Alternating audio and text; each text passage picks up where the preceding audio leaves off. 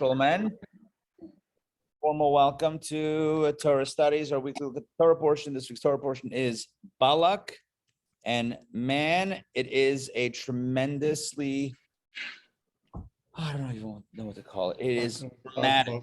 It's an absolute dramatic Torah portion. Okay, so here's what I want to do. Tonight's topic is about Jewish identity. When does Judaism begin as a thing? Now, if I would ask the question, who was the first Jew? I think everybody would answer, or many people would answer, oh, the first Jew, that is, what would you guys answer? Avraham Avinu. Why can't I, my mouse doesn't work. Oh, well. For those waiting to be admitted, I don't even know what to do. My mouse is not working. Yeah, the first Jew people would say was Abraham, correct? Abraham, yeah. Here's the deal. Here's the deal with Avraham. Was he really the first Jew, or did Judaism begin later? What happened at Sinai? If he was a Jew, then what happened at Sinai? Were the Jewish people in Egypt, did they have the status of Jews?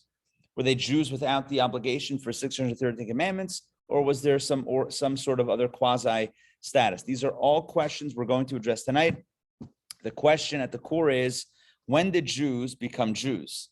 And the alternative question is the following. The alternative question is, hold on, I'll tell you what the alternative question is in a second. The alternative question is, was Moses' wife Jewish? I'm asking a question. Hold on. Was she Jewish? Did it matter that she might not have been?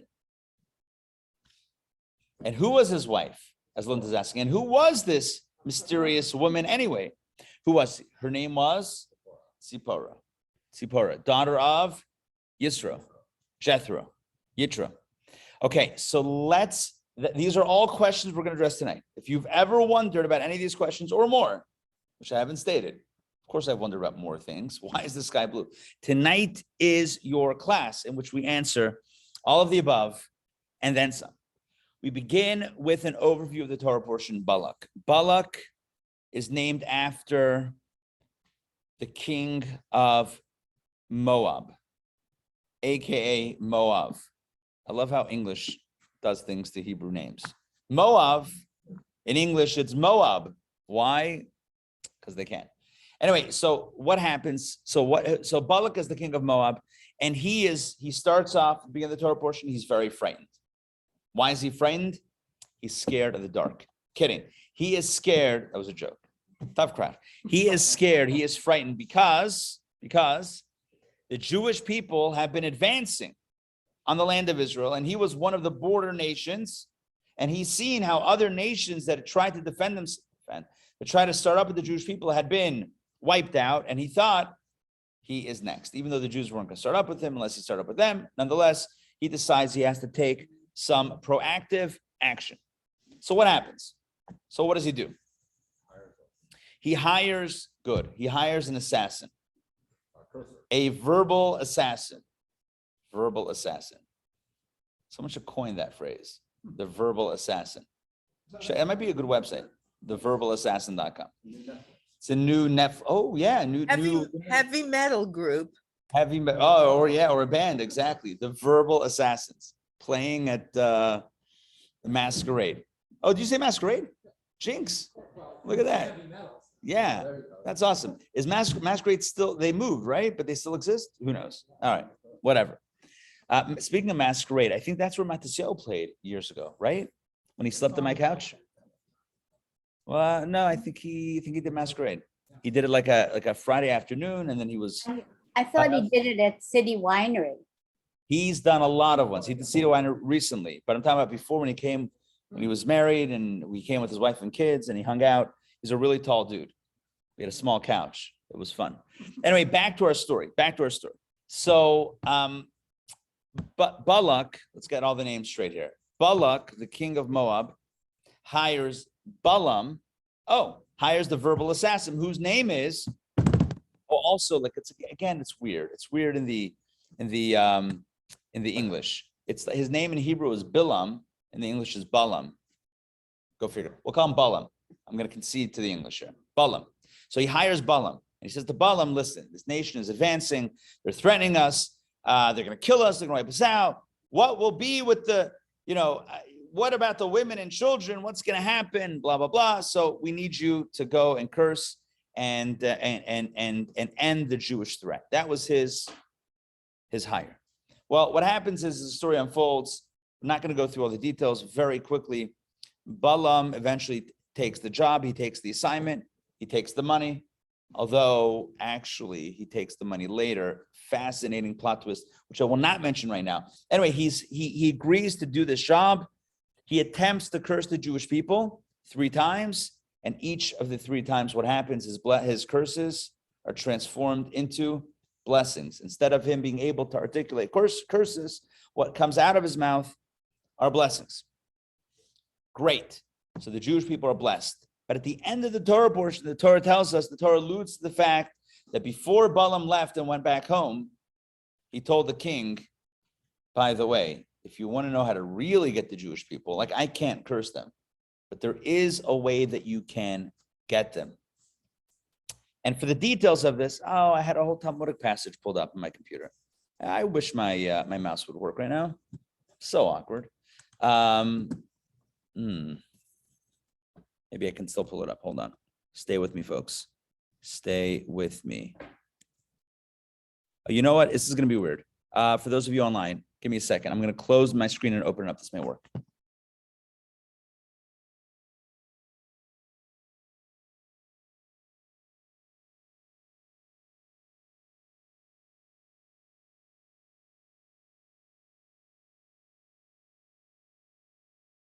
Adina Malka, we have a similar hairdo today. Well, I am back, but at least I can move my mouse. All right, so I want to read to you a Talmudic passage. Everyone here, I don't have the Talmudic passage printed out, so everyone's going to have to listen as I read it. Can everybody hear me? Yeah, can you guys hear me? Good. All right, I'm going to pull out this piece of Talmud. Listen to this. Balaam said to Balak the following. Said Monty Python, you said? That's hilarious. Well, yeah, Balaam and Balak. Balaam is the verbal assassin. Balak is the king who paid him, who's paying him. So Balak said the following: the God of these Jewish people despises lewdness, okay, and they desire linen garments. So random. Jews love clothing, linen garments, as they have no new garments. Come, I will give you advice. Make for them enclosures using wall hangings and see prostitutes in them, with an old woman outside the enclosure and a young woman inside, and have the women sell them linen garments.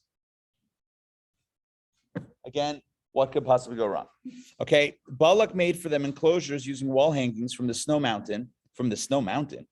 Interesting. All right, there's no mountain here locally, but anyway, from the snow mountain, and the Hermon, until Baal Yeshimot, and he sat prostitutes in them with an old woman outside and a young woman on the inside.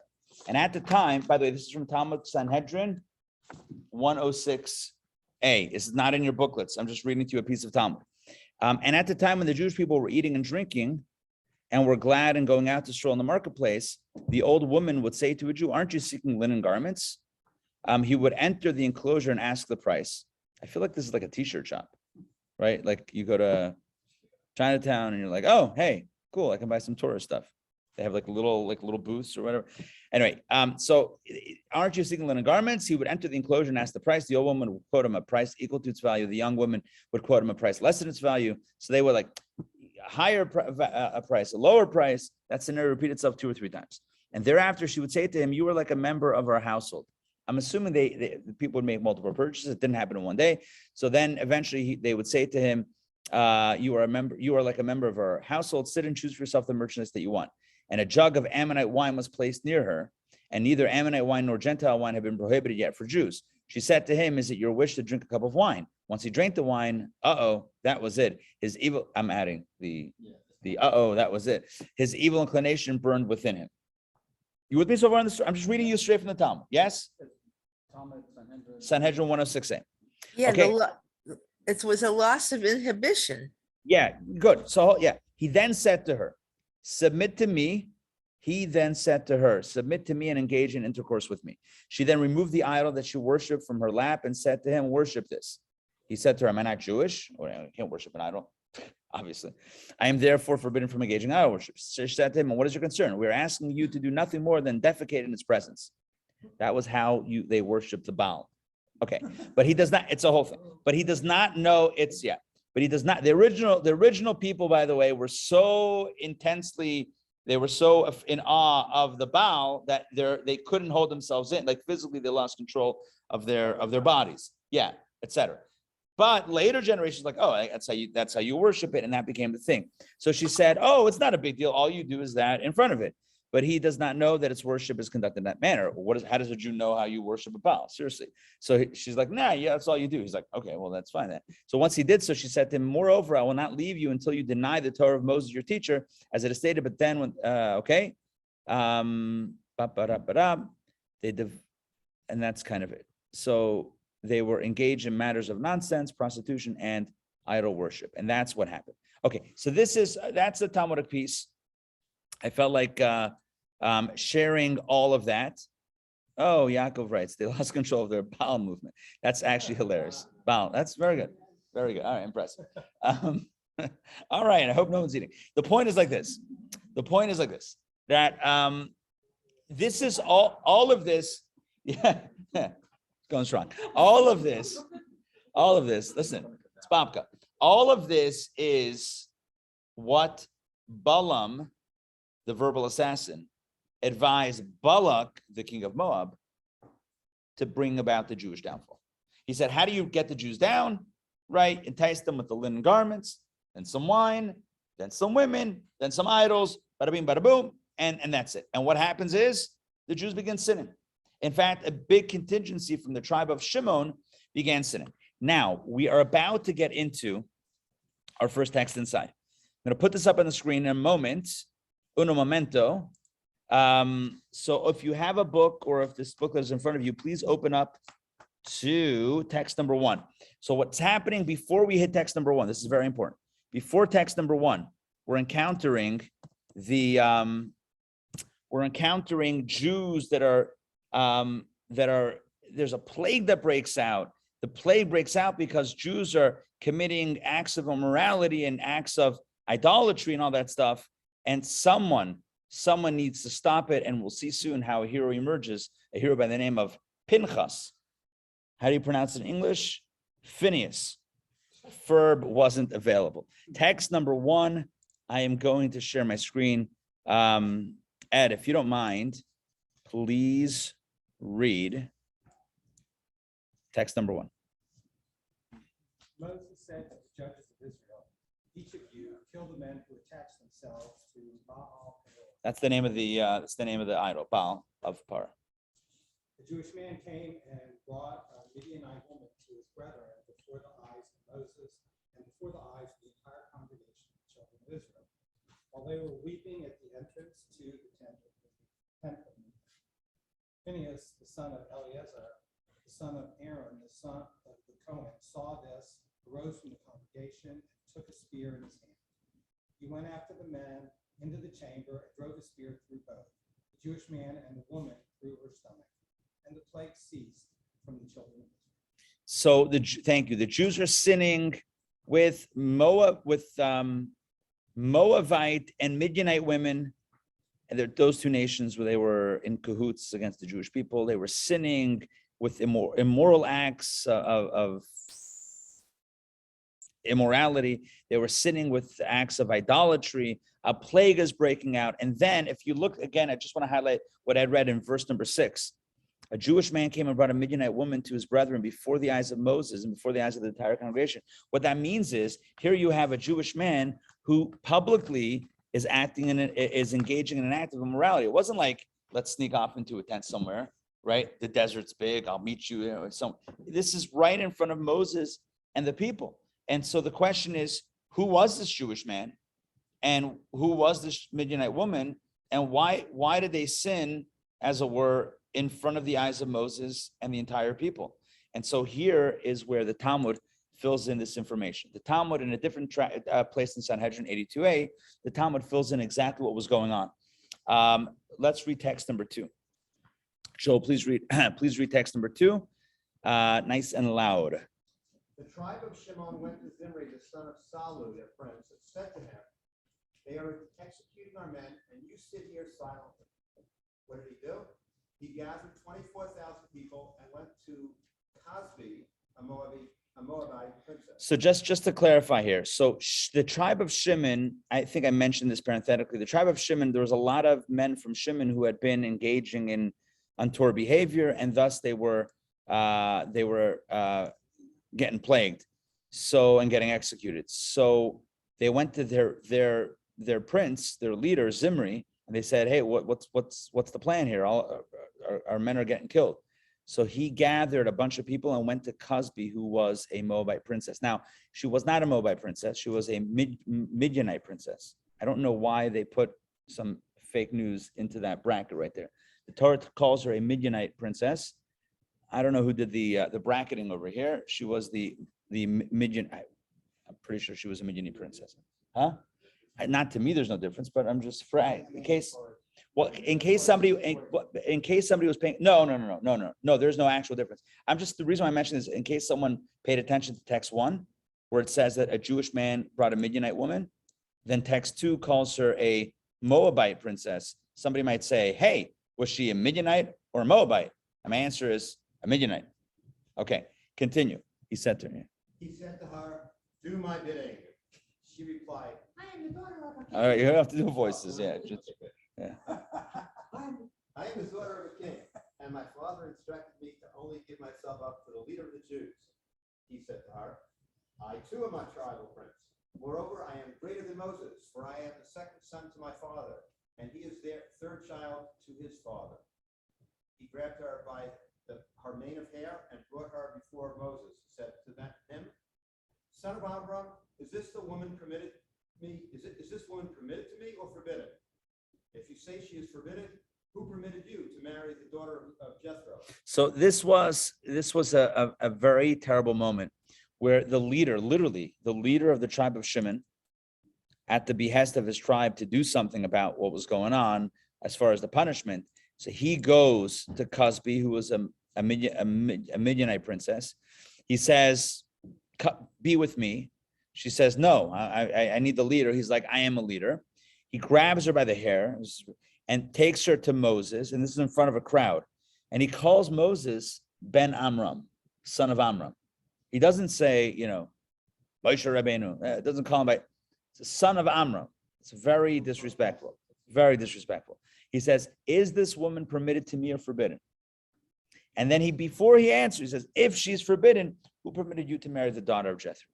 In other words, I can't be with a Midianite woman. I'm pretty sure you married a Midianite woman.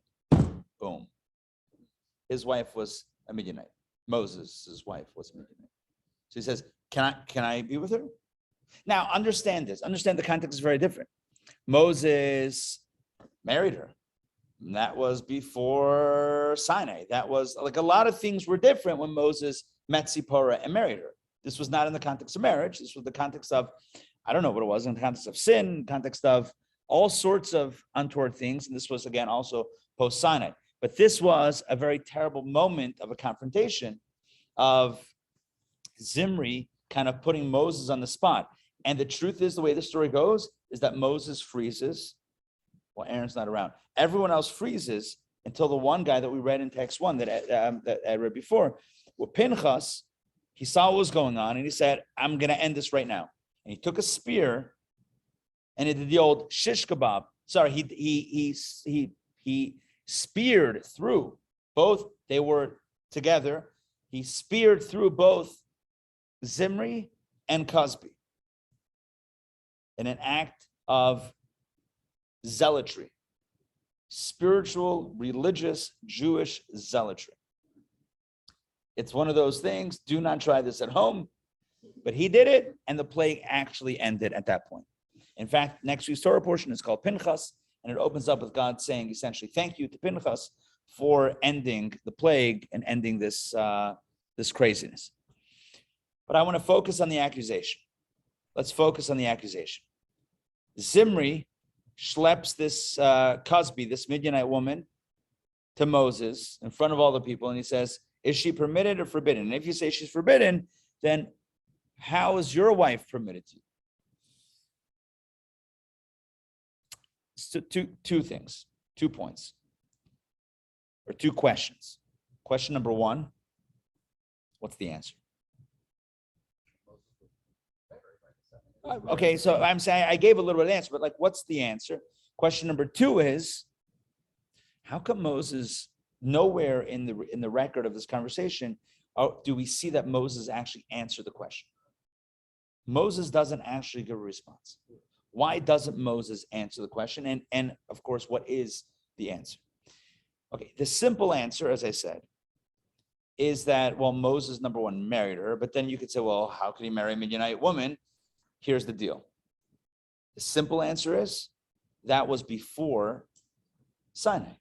This was, just to recap what happened. How did Moses end up marrying Zipporah, a Midianite woman?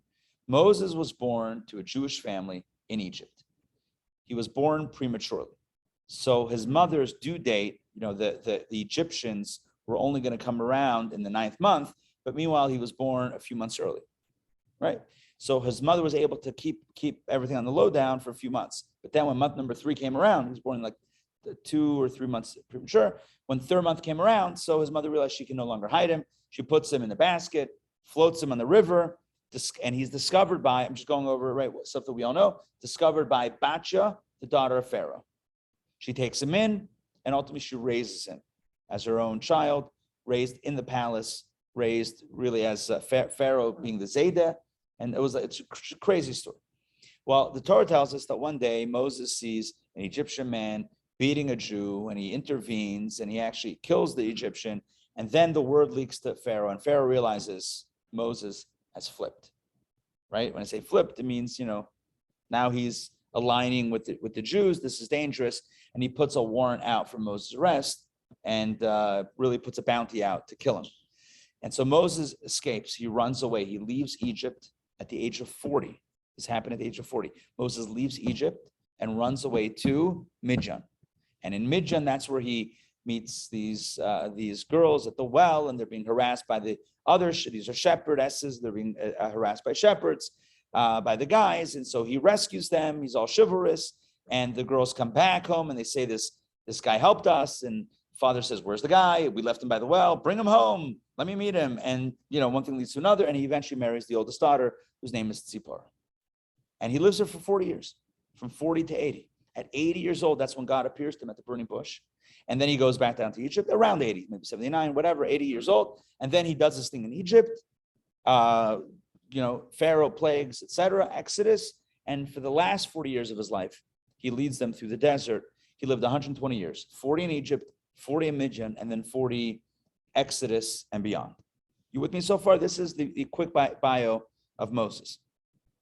So again, Zimri, who's the tribal leader of Shimon, Zimri is saying to Moses and to everybody, to Moses, who permitted you to marry your wife? Why can't I be with her? Again, it wasn't like a real question. It was like an accusation. So what's the simple answer? Again, Moses doesn't answer, which we're going to try to grapple with toward the end of the class.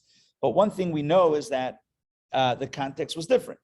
As I just explained, Moses married Zipporah 40 years before Sinai, right? He married her when he was 40 years old, and the Exodus only happened when he was 80 years old. So, he married her 40 years before Sinai.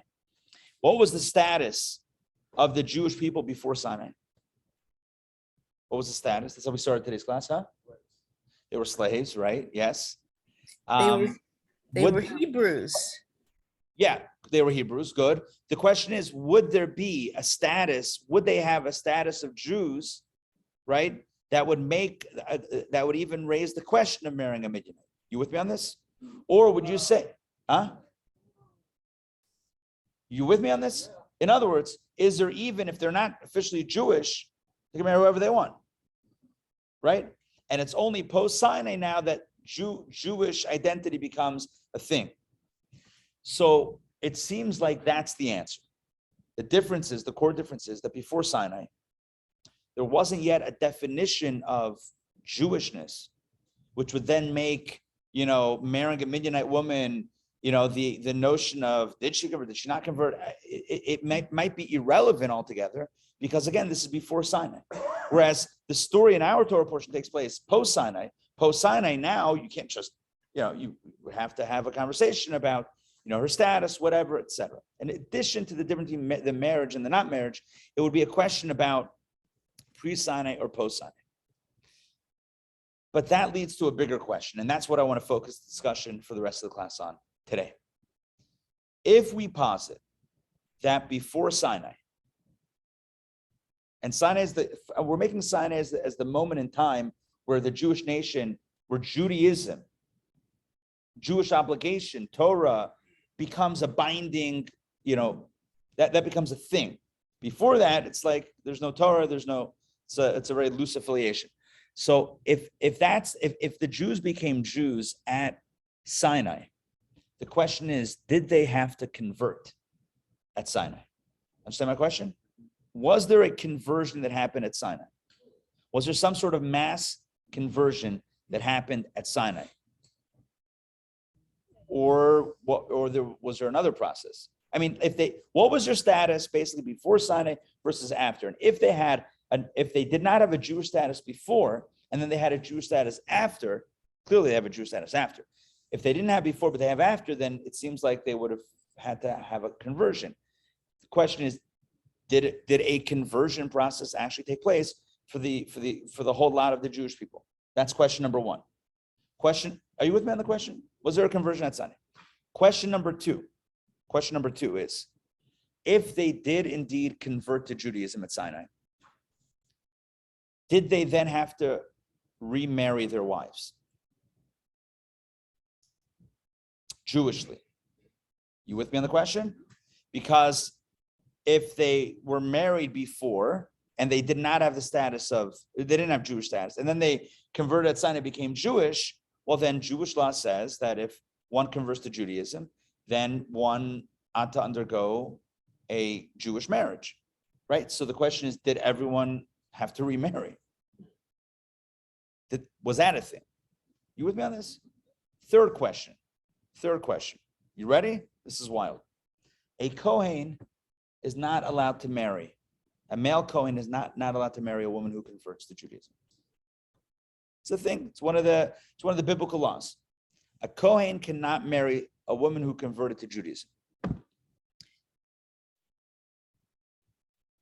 Did all the Kohanim have to essentially separate from their wives and not remarry them after Sinai? You with me on the question? If everyone had the status of converts at Sinai, you guys with me on this? Yeah. If everyone had a status of convert at Sinai, so they had to remarry, but the Kohanim couldn't remarry their wives because Kohanim can't marry converts. Now, plot twist, they were also a convert. They were also converts at that point in time, but they can't marry a convert. Male Kohanim cannot marry a female convert. Or divorcee, right? That doesn't make sense. If they themselves Only the high priest. No. You're right. Divorcee as well. Yeah. Say it again. Doesn't make sense. You're saying because they themselves were converts. Right. I understand that, but if they still had the tribal status of a Kohen cannot marry, which is weird because how could a Kohen be a convert? I mean, under normal circumstances, right. So really, my question is, what's going on? Yeah. I have three specific questions, but really the question is, what's up, Doc? Like, what's going on over here? Like, this doesn't make sense. The real question is, what was the status before Sinai? Were they Jewish? If they weren't, did they convert at Sinai? If they converted, how did they convert? And if they converted, did they have to remarry? And if they had to remarry and they converted, did the Kohanim have to leave their wives and marry someone else? Like, and who would they marry if everyone was converts? They had to then marry someone from the next generation? What's going on? A lot of questions. By the way, these are not my questions. I know I'm asking them, but these questions don't originate with me. These are questions asked by classic commentators trying to get a handle on what is going on here. And again, all of this is stirred by Zimri, the tribal leader of Shimon, who starts poking at Moses saying, hey, this woman, fine, right? Because if not, what about you and your wife? And we're saying, whoa, 1 second. Time out. 40 years before Sinai, Moses met his wife. That seems to be in a different category. Really? So that's a different category. So then there was a conversion. Did conversion actually happen? Did remarriage happen? Did the Kohanim have to separate from their wives? What's going on? You with me on the questions? Don't ask me to repeat them because but these are the questions. So maybe that's why Moshe couldn't answer. There were too many hard questions. He had to think about it. Yeah, maybe he was still thinking when Pinchas is like thinking, ta-da, boom, right. So yeah, could be. There's a lot of questions here, a lot of questions. It definitely threw him off balance. It definitely threw Moses, that direct accusation, hey, he's just the scene of him dragging one by her hair. It's horrific, right? Is she permitted to me? And if not, what about your wife? I mean, that's very jarring right there. So let's look at some commentaries to try to figure this out, to try to figure out what is going on with this. The first text we're going to look at is Rashi, text number 4. Okay, this is a very important text. Rashi. All right, Charna, please read Rashi, text number 4. This is Rashi on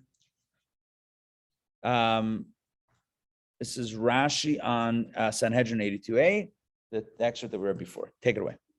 Moses married Zipporah before the Torah was given. When the Torah was given, all Jews had the status of Noahides. They all entered the yoke of the commandments, and Zipporah along with them, as well as many converts from the mixed multitude who joined them when they left Egypt. I'm going to leave this on the screen. I'll leave this up on the screen, and everyone can look at it also as well in your booklets over here. What is Rashi saying? Help me out here. What is Rashi saying? What was Moses? What was his status? What was Zipporah's status when they got married? Someone help me out here. What's going on? What does Rashi say? The Jews were not Jews. I mean, the people of Israel were not Jews because Noahides are not Jewish. So they had the status of Noahides, which means they weren't Jewish. Which means that not only was Zipporah not Jewish, Moses wasn't Jewish. Are you with me on this? This is a bomb. Is it a bomb? Or we've been discussing this all night? Doesn't sound like a bomb. So all Jews were Noahides. That's what Rashi says on Sanhedrin, right? Again, Moses married Zipporah before the Torah was given, 40 years. I'm just going to read, right? When the Torah was given, all Jews had the status of Noahides. All Jews, by the way, would include Moses himself, right? They all entered the yoke of the commandments. That would be at Sinai, and Zipporah along with them. So what Rashi is basically saying, what Rashi seems to say, is what we've been saying all along, which is that, yeah, Moses married Zipporah. What a Midianite woman? How you? Because no one was Jewish. Everyone was a Noahide. It wasn't a thing as the Jewish people. Now, we say that Abraham was the first Jew, but does it mean he was legally Jewish, officially Jewish, or like Jewish? I mean, don't we say that Abraham and Yitzchak were studying in yeshivas? What were they studying? Well, they had, yes. So they had their own. So Abraham, it says, yeah, they were studying in yeshivot. They had like schools, and they knew some Torah. They were doing mitzvot. They had people. They had people. There were people. There were other. They didn't get any credit. No. So they studied. There was some sort of form of Torah that they were studying. You are correct. It says this everywhere in the Talmud and the Midrash. However, the question is the official Jewish status. Seems, according to Rashi, we're going to have a few different opinions here. According to Rashi, it seems that was not conferred upon, I guess, to distinguish, let's just call us pre-Sinai, the children of Israel. That Jewish status was not conferred upon the children of Israel until Sinai, until they accepted the yoke of mitzvot and then became formally Jewish. So what Rashi says is basically Moses, Zipporah was a Midianite. Moses was, I don't know, an Egyptian, a fellow Noahide. They got married, and at Sinai, they all became Jewish. Big deal. You with me on this? Which then leads to my other question. So then was there a conversion? Did it happen automatically? Like at Sinai, did they have to do something? Did it just like naturally evolve? Or was there some other, and if they had to convert, they have to remarry. And what about the Kohanim, as I asked earlier? Let's take a look at text numbers. Let's keep on rolling. Let's take a look at text number 6. This is from Rabbi Yaakov Emden, and this is also a very relevant text to look at. All right, Jamie, if you don't mind reading. Before the Torah was given, the notion of conversion was not applicable because all people were equal, meaning everyone had the status of Noahide. Thus, conversion didn't apply here. The only change was that the Torah was given. Thank you. Rabbi Yaakov Emden has a very hot take. Listen to this. He says, and it's similar to what we've been saying, but there's a little bit of a twist here. Look at this. He says, before Torah was given, conversion was not a thing. What were you converting to? There was no institution of Judaism. You with me? Yeah. Judaism begins at Sinai. Well, the institution of Judaism begins at Sinai. So before Sinai, what are you converting to? How are you converting? What's going on? Look, all people were equal, meaning everyone had the status of a Noahide, similar to Rashi. But look at this. Thus, he says a little bit further, conversion didn't apply here. In other words, hold on, time out. He's answering question number one. Question number one is, so if there are Noahides, then what happened at Sinai? Did they convert? He says no, conversion didn't apply here. You're like, well, hold on, if there are Noahides, of course they converted. No, he goes the other way. He says they were Noahides, thus obviously they didn't convert at Sinai. And if you're thinking, what? Had they become Jewish? He says the only change was that the Torah was given. When no one's Jewish,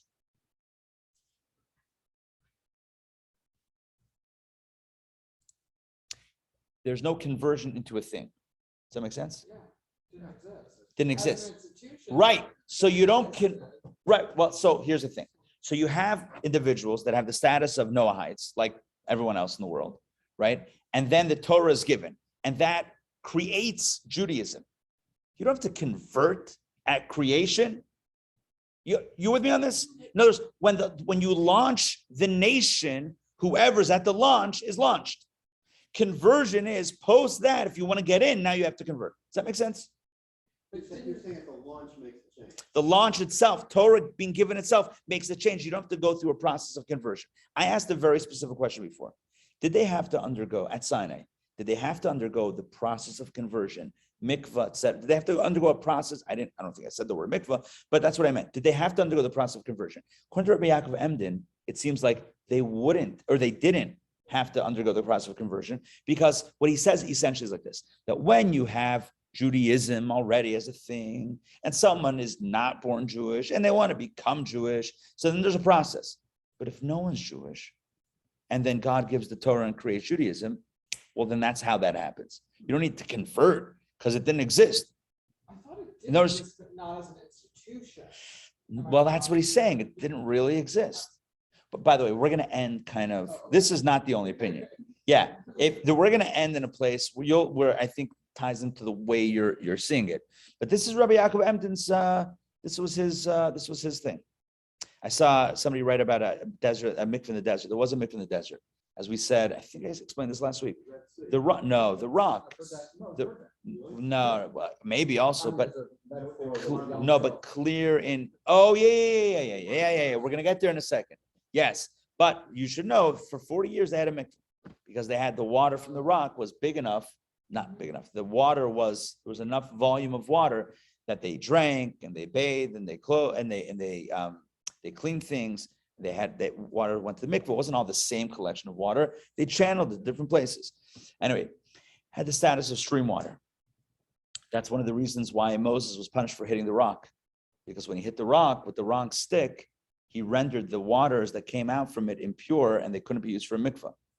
Some say that that's what he did. That's why he got in trouble for hitting instead of speaking, because he rendered those waters impure. That's a different point. Save it for another time. Back to our topic. The question is, did they convert at Sinai? According to Rabbi Yaakov Emden, they did not have to convert, because the definition of conversion means when you already have an institution and somebody wants to join, then they have to convert in. But when there's no institution and it launches, it's called launch, not conversion. It may be semantics, but he says there's a difference. Judaism was launched at Sinai. Everyone at launch was launched. Conversion, okay, now we talk about conversion. But you didn't convert at Sinai. Judaism was launched at Sinai. It's just a different word. Yeah. Something, I keep on hearing this, and I may have it completely wrong. If I have to forget it, just write it off. But isn't there some kind of line somewhere where Hashem says, "Be unto me as a people, was some line like that in the Torah? You know, where it's sort of like it's declarative, here's the launch, now it's official. Before Sinai, God says, you are chosen, treasure people. Yeah. Yeah. Around Sinai. Yeah. Around Sinai, there's that declaration made. Yeah. It's right around there. That would be, yeah, it seems like that would be the launch. And according to Rabbi Yaakov Emden, if you're at the launch, if you're part of the group at launch, that's it. That's how you cross over into that status. Someone who now wants to join, now there's a formal conversion process. But if you're at launch, so essentially we're still where we were before. How did Moses? So Moses had the status of a Noahide. His wife had a status of a Noahide. They all were at launch, and they all launched into Judaism. Rabbi, Yes. so the mixed multitude that they talk about that followed the Jews out of Egypt, so they were also became Jewish. According to this, they were at launch. Exactly. As long as you're at launch, that's it. You're in that moment. The switch goes off. Boom. There's a new thing that's launched. A new status is conferred, and that's it. Now, after that, so now that's already been established. Now, someone who's not part of that group wants to join. No problem. Here's the process. So now there's a process to how to join. But if you're at launch, that's it. You're there. Okay. If it's not so simple, trust me, that's not the only opinion in town. Take a look at text 7. This is Nachmanides. All right, Linda, please read text 7. Hold on in a moment. Let me just get my screen ready. This is from Ramban Nachmanides. Take it away. The sages in France say that everyone had to convert because it was before the Torah was given and they were not yet Jewish. I, however, do not agree. It is my opinion that from the time that Abraham entered the covenant of circumcision, his children were Jewish and distinct from all other nations. Well, thank you very much, Nachmanides. Now it's complicated. I'm glad you got that text though, because that was kind of the way you were feeling, right? So 1 second. So, but let's break it down. Before we analyze. Let's just understand the words that he's saying. He quotes the Tzarfatim. Tzarfatim means the Frenchies. The French rabbis. By the way, who were the French rabbis? Rashi was French. The Tosafos were French. Right? Yeah. His grandson. Yeah. Yeah. So they were all French. So he's saying the sages in France say that everyone had to convert because everyone was not Jewish prior. Everyone was Noahide, and at Sinai they converted. Okay. He says, I personally, and he was Spanish. Was he Spanish? Yeah, he was Spanish. I, however, he says, don't agree. I believe that from Abraham's time already there was something called Judaism. And Jews were distinct from all other nations. What happened at Sinai was, I mean, I don't want to put words in his mouth. I don't want to. I still will. I didn't say I won't. I said I don't want to. I wish I wouldn't. I'm still going to do it. So it seems like he's saying, don't hold me back. What seems like he's saying is that from the time of Abraham already, there was a Jewish status, but maybe the Torah and the mitzvot obligation wasn't formalized until Sinai, but there was this sort of institution of Judaism. Abraham is the first Jew, not symbolically or not I forget not. Literally, he is the first Jew. Judaism begins with Abraham. So the Jews do have a status, which then raises the question, what about Sipporah? What about his wife?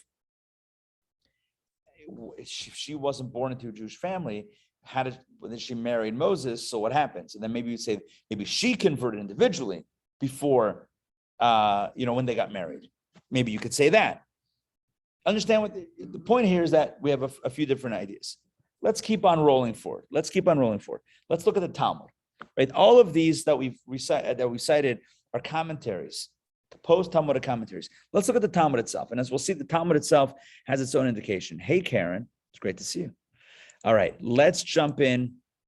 This is text 8a. Elio, please read this one. Rabbi says, the offering of a convert is derived from the verse, as you are, so shall the convert be. Numbers 15:50. We understand this to mean that just as your ancestors entered into the covenant through circumcision, immersion in a ritual bath, then the sprinkling of blood on the altar, so too do converts today enter into the covenant through circumcision, immersion, and the sprinkling of blood, which requires an altar. Now, just to clarify, we don't have a temple today, so there's no offering. But theoretically, there's 3 rituals that happen upon conversion, at least for a man, obviously circumcision, immersion, and a mikvah, which for everybody, and again, sacrifice, which also would be for everybody, but we don't have that at all today. All right, that's 8a. So, and this is derived from the verse of Numbers. It says, as you are, so shall the convert be. Look at that verse again.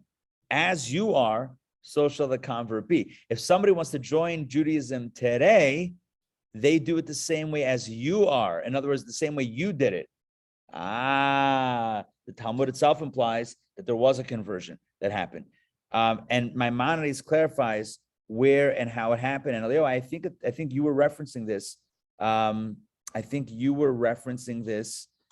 Maybe a little bit before we talked about the Red Sea text. Brilliant, I was referencing it. Yeah, well, it's a little bit different, Okay. but in spirit you were referencing it. Text AP from Maimonides from Rambam. Take it away, please, as well. Yeah. Israel entered into covenant with God for 3 acts: circumcision, immersion, and offering a sacrifice. Circumcision took place in Mitzrayim before the Paschal sacrifice, of which the passage states, "No uncircumcised person shall partake of it." With the exception of the tribe of Levi, the entire nation had until then neglected the covenant of circumcision in Egypt, so Moses, our teacher, circumcised them right before they participated in the sacrifice. Should we do that? We need ammonia. Hold on one second. Yeah, go ahead. The immersion was performed in the desert before the giving of the Torah, as the passage states, "Sanctify them today and tomorrow, and have them wash their garments." Sacrifices were also offered then, as the passage states, "And he sent the youth of the children of Israel, and they brought burnt offerings." They offered sacrifices on behalf of the entire people. So Maimonides, Rambam says that yes, there was a conversion essentially that happened at Sinai or right around that time. So the circumcision, the bris, right? What are the 3 things that are needed for conversion? Circumcision, well, that happened in Egypt. Immersion in a mikveh, well, that happened right before the giving of the Torah. God says, immerse your garments, wash your garments, which is an allusion to also immersing themselves, not wearing garments, but in the mikveh.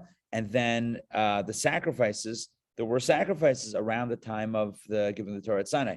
So the Jews did all 3 things, and that's actually the source for the protocol to do conversion today. Conversion today, conversion has 3 elements: circumcision, immersion, and sacrifices. We don't have sacrifices today.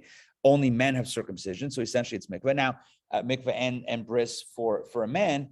And obviously one has to be committed to Torah and to Judaism, etc., which is where the learning and the studying and the time and the rigorous testing takes place for conversion to happen. But essentially, these are the protocols. These are the actual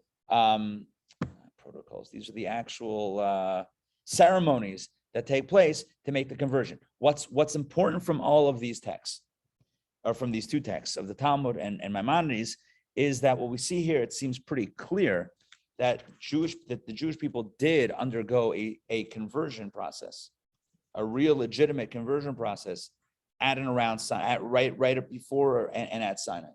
They got circumcised, they went to the mikveh, and they brought sacrifices.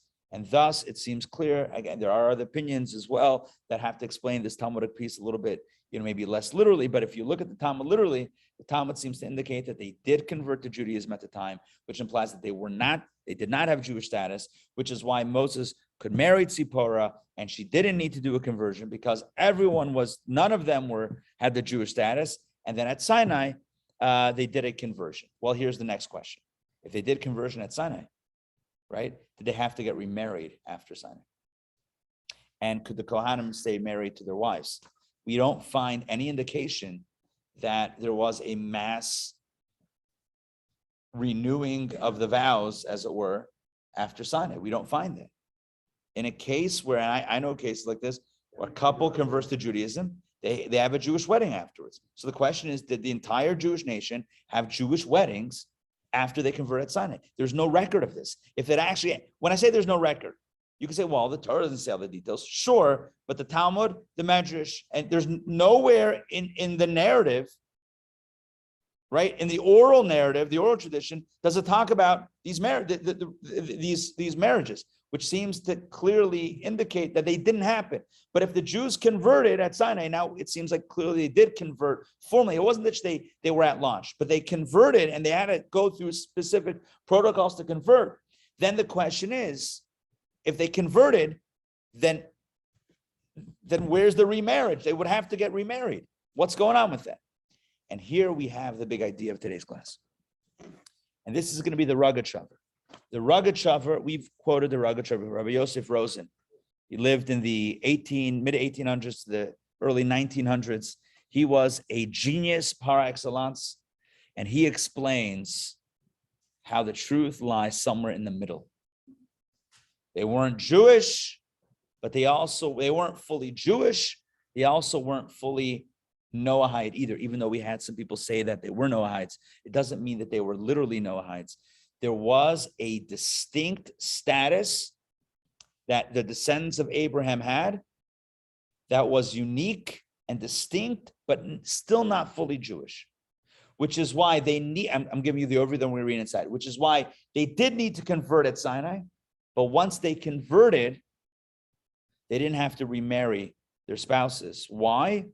Because the conversion really affirmed their prior Abrahamic Israelite status, as it were. So they weren't fully Jewish, but they were partially. And then when they converted, it kind of confirmed retroactively that they were already Jewish, and thus they didn't need to get married again. They weren't Noahide, they were Nogahide. I didn't get it. All right. 11a. Text 11. Text 11a. Text 11a. Marnine, please read this one. Page 205. Hold on one second. I'm just getting to it over here. All right, take it away. The truth is that the status of Abraham's descendants is somewhat indeterminate until the Torah was given. After the Torah was given, it is when Jewish retroactive. The proof is that Talmud Yeah, forget it. Yeah. tells us that the mixed multitudes alone have a status of converts.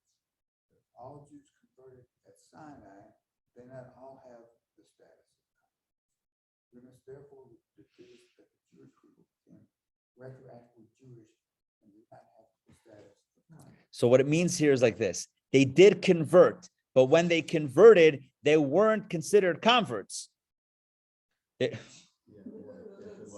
It's hair splitting. It's hair splitting. It's hairs. Yeah, this is also classic rugged shaver. This is how his mind was like finding very fine ideas and then slicing them in half.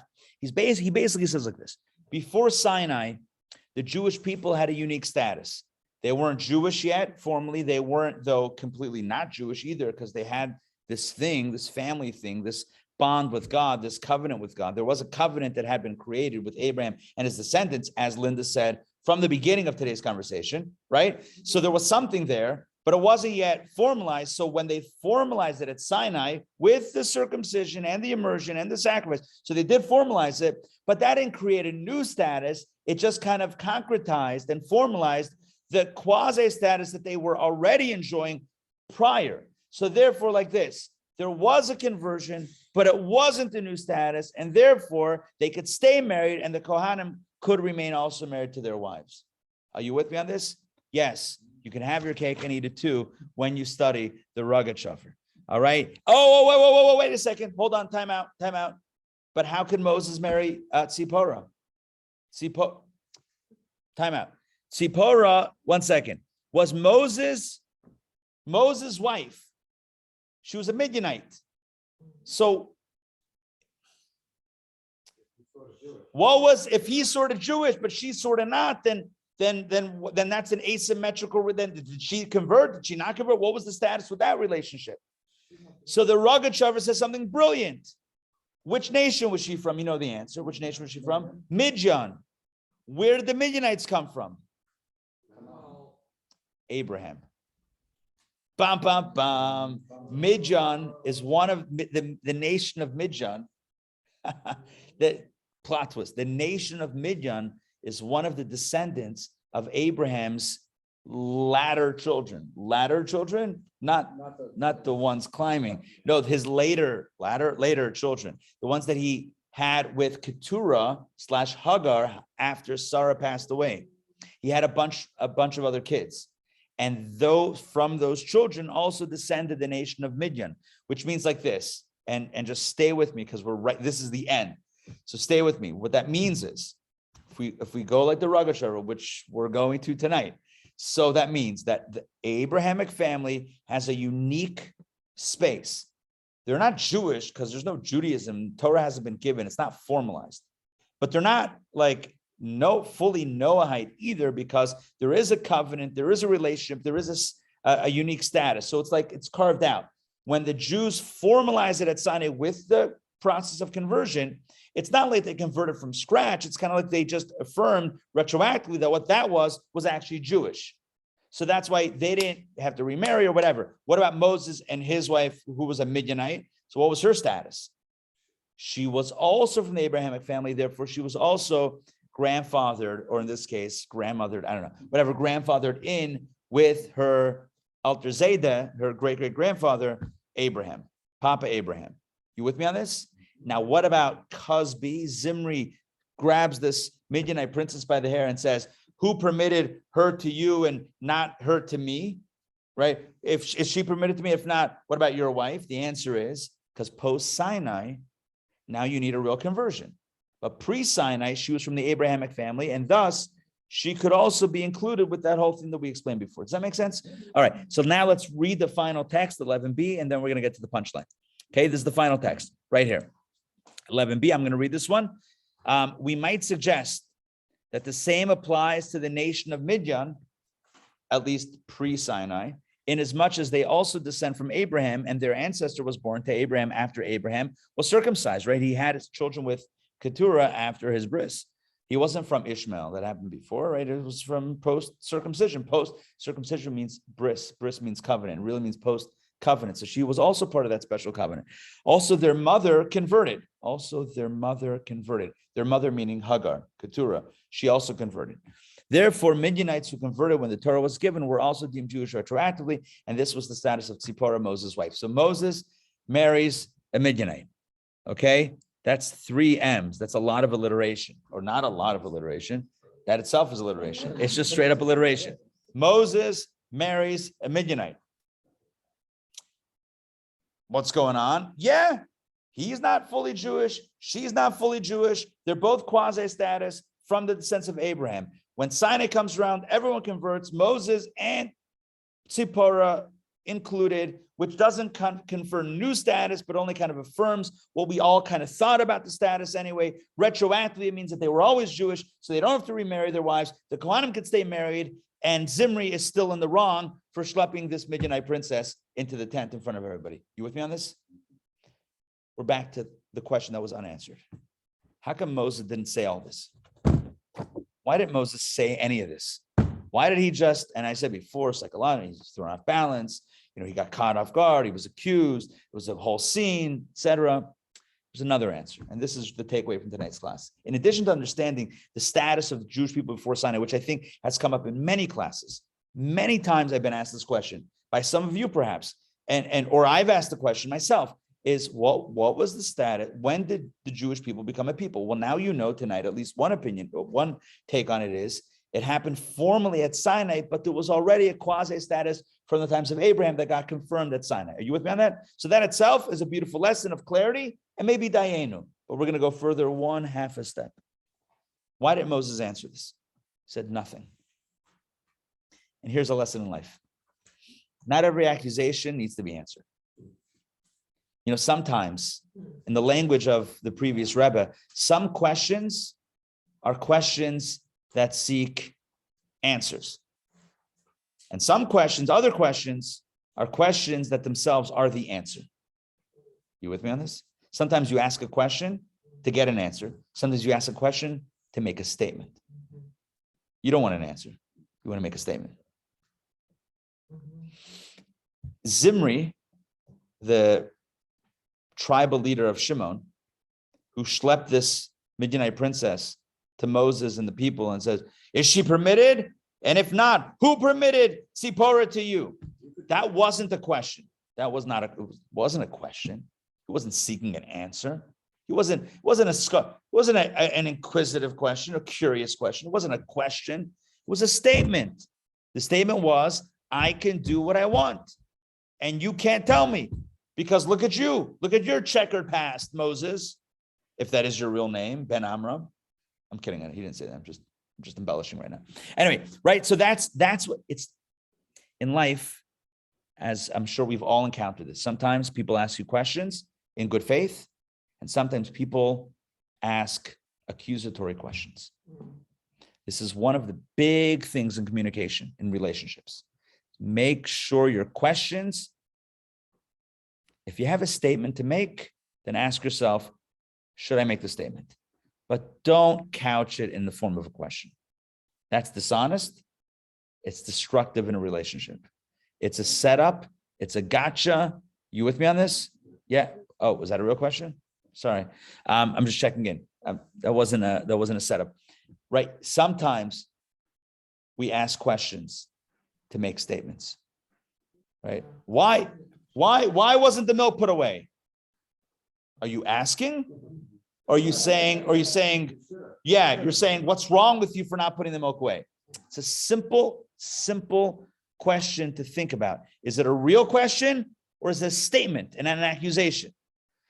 First of all, don't accuse. Second of all, don't accuse and couch it and ask the question. It's not a question. It's not a question. Zimri didn't deserve to be answered because he wasn't asking a question. He was accusing Moses of impropriety. Okay, it's an accusation. It's not true. It is what it is. It's not a question. You have to answer all accusations. And so my takeaway from tonight, you can take away whatever we talked about a lot of things. So you're free to take away whatever you want. My takeaway from tonight is to think about, before I ask a question, whatever relationship, whatever context it is, before, I'll just make it safe for myself, before we ask questions, let's ask ourselves, what's the question here? Am I actually asking a question? Am I making an accusation and trying to soften it up, but which makes it worse? Because now the person is on that weird space of, do I answer this? Like, are you actually asking? Are you telling? Are you demanding? Are you accusing? Like, I don't know I'm not sure where we are. I don't feel safe in this conversation even because I don't know where this is coming from. Healthy relationships require healthy communication. And healthy communication is predicated on people being honest about how they feel and what they're saying. It doesn't mean to be brutal. It's not what I'm saying. But if you have something to say it. If it's nice, if it's not nice, then maybe don't say it. But don't couch something nasty in the form of a question and say, well, I just asked the question. Because that's not honest. That's not fair. And don't feel compelled to answer such a question. Moses didn't. You don't have to. Just make sure there's a Pinchas next door. Yeah. Kidding about that. Or not. Or not. Maybe. All right. That concludes our lesson for tonight. Hope you enjoyed it and learned from it. Joel, questions and comments? Joel. It looks like with all the different opinions about Moses and his marriage, that it looks like we've reached a happy medium. The happy median. And that was definitely a statement. That was not a question. But you're with me on the question versus statement thing. It's like, who did the thing? Like, no one's answering that question now. Like, scream that. Yeah. The children of Avraham and Torah. Yes. Torah Hagar? Yes. Okay. She had two IDs. Yes, a lot of them had. Also, look at Yisro, yeah. He had, right. Is that why we have so many Jubas? So it's interesting. So the question is, that is a theory that Buddhism, Eastern religion, comes from some of the descendants of Abraham. It says that he sent his children east and he sent them with gifts, and it says gifts of wisdom. And so there is a theory, again, I don't know that anyone can actually confirm it. I think it's impossible to confirm, but there's a theory that the gifts were gifts that speaker here who spoke about that. Do you remember that? Adi Gozlan. Adi Gozlan. Probably my first or second year here. He did Kabbalah yoga. Were you there? You were there. So he did a Saturday night. Yes, he did an Aleph.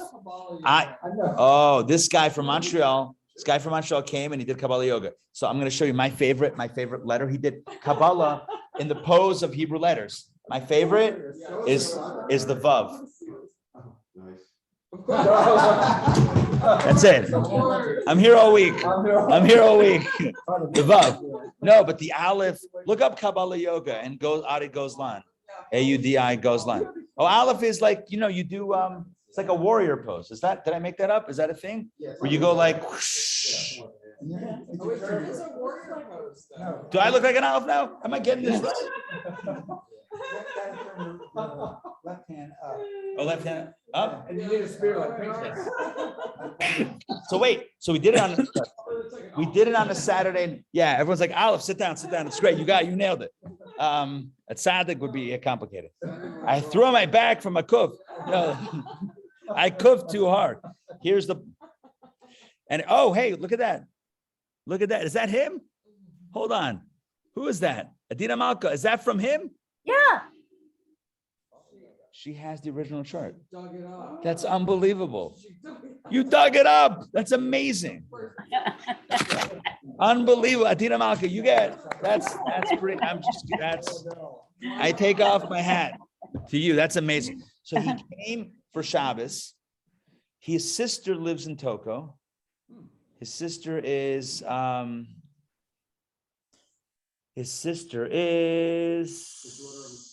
the daughter, right? The daughter of his parents. Yeah. No, I forget his sister's last name. That was not my joke. That was Joel's joke. I'm just saying that was not mine. Although if you're laughing, it was definitely mine. Yeah. So he was in Togo for Shabbos. He did a Saturday night in the old building, 928 Ponce. He did a Saturday night Kabbalah yoga situation, and then Sunday morning we did an actual yoga. So he spoke about the concept and the philosophy, and then Sunday he led a yoga workshop. I thought it was here. Where was it? It was here in this building. That's right, because I was there. It was in Urban Body Studios, 730 Ponce. The first Chabad activity in this building that we're in right now was Kabbalah yoga downstairs in the room now that's immersion, whatever fitness from the next door. There's the long room that was for the men. And then maybe the meditation room he did for the women. He couldn't do it at the same time. Did one after the other, both in that same space. I did it. It was interesting. First and last time doing yoga. No, I'm not saying I'm not going. I was just saying that was like, it was quite the experience. I didn't stretch enough. Let's put it that way. There was like much more stretching. The point of bringing him up was that Avraham sent people Yeah. to the east and a whole bunch of proofs. You're trying to bring it back to an actual point. Fine, if you insist. Yeah. So he spoke about the theory that the Eastern religion's philosophy is all derived ultimately from Avraham, and therefore it has, even though it's not necessarily monotheistic, but it does circle around a lot of the core concepts. And so you asked about Jews, yeah. Yeah. So that, Judaism and Buddhism, there's some crossover there. I mean, there's a lot that's not crossed over, but there is some that is, and some say that it's because of that. What's interesting. Rabbi, Rabbi, yeah, go ahead. Yeah. Rabbi Label Wolf talks about that in one of his CDs. Yeah. Rabbi Label Wolf also. Yeah, that's interesting. He also mentioned that the breathing in Buddhism is, or the meditation, something. There's a Brahma.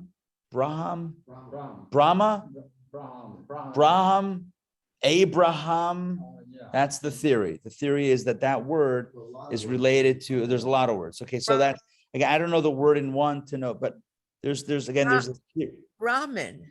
Brahmin. That's that's where the Indian people. Those are the elite. Oh, the high priest. Oh, Brahmin. So I think he was theorizing that it was named after, might be, who knows, named after Avraham, who was the head of the clan initially. But it turns out what we've seen tonight is that Midian was also from the descendants of Abraham, and therefore was also on some level part of the whole thing. But it was still required to do a conversion, just circling back to the details of the class for whatever reason, just to have clarity. So there was a conversion that was needed, which then retroactively worked to confirm everything And so Tzipora, Moses, they were all in the same category. Anyone after that would need a more formal conversion process. And clearly, what Zimri was asking was not a question, but just making a public declaration and trying to stir the pot and cause problems. All right. Excellent. Always. Questions, comments? I have two comments. Well, Yeah. one comment and one question. One is the comment is that Abraham and Isaac, they took their wives from their families, Right. the relations. I Right. mean, that From their furthers, mishpacha, yeah. yeah, that furders the understanding that we are all one basic tribe Yeah. called the Ivrim, called the Hebrews. The other I have a question though. This Midianite princess, it seems that she was taken by force. Yeah, it could seem like that from the text that we read, but it seems like that's not exactly the way it happened. In other sources, it indicates that she went willingly, even though it says he grabbed her by the hair. I think it was more of a dramatic flourish. Again, it's not. I'm not making it sound any. I'm not trying to sugarcoat it.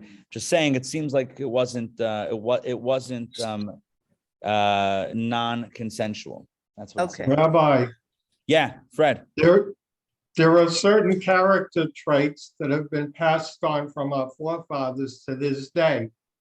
And Avraham saw that they were more prevalent in Isaac, and Isaac saw they were more prevalent in Yaakov. And Yaakov was concerned at his deathbed about his 12 sons. So those characteristics from generation to generation, I think, is what makes a Jew from Abraham. Yeah, that makes a lot of sense. It says, the Talmud says there are 3 traits that are hallmarks of a Jew. It says they are Generosity, I think, is one. generosity. Yeah, generosity is one. They are Compassion. bashful is the other one, and there's one more. What's the other one? What's the third one? Gomlei chasadim baishanim, and bashful, generous. Brilliant, Compassion. brilliant. I don't know. Yeah. And then there's a third one. And in fact, the Talmud says that if someone doesn't have these traits, you got to wonder, like, are they legit or not?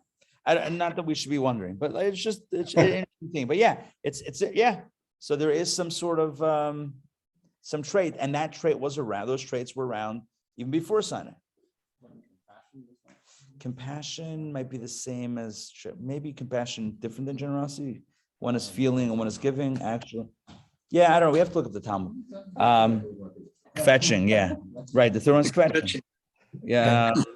3 traits of Jews. Stubbornness? Yeah. Here we go. They are merciful, Mercy. humble, and love to do kindness. I was gonna say. Oh, no, merciful, bashful, and love to do kindness. So merciful, someone said compassionate? You said it. So in the Hebrew, it is, what's the Hebrew? I don't have the Hebrew here. It's from the Talmud Yevamot. All right, whatever. It is what it is. Fine, good. All right. Rabbi Aaron? Yes. Thank you. Yeah, you may want to point this out, or I'm doing it right now. Book 64 is available on Amazon. Yeah. But be careful, because they're also selling book 63, and it's very close to each other. So make sure you get 64. Yeah, so just to clarify, this is the book that we just concluded. Torah Studies has 4 different seasons throughout the year. So we just concluded this book. Next week, we're going to start the next one. It looks a little bit different. This is 64. It's green. 64. It's the green one. Yeah. So you can find it on Amazon. We'll put the link in next week's Torah Studies email. We'll put the link there and we'll get all that stuff going. All right. We'll see y'all next week, if not before. Take care. Laila Tov. Shabbat Shalom. Good to see everybody. Thanks for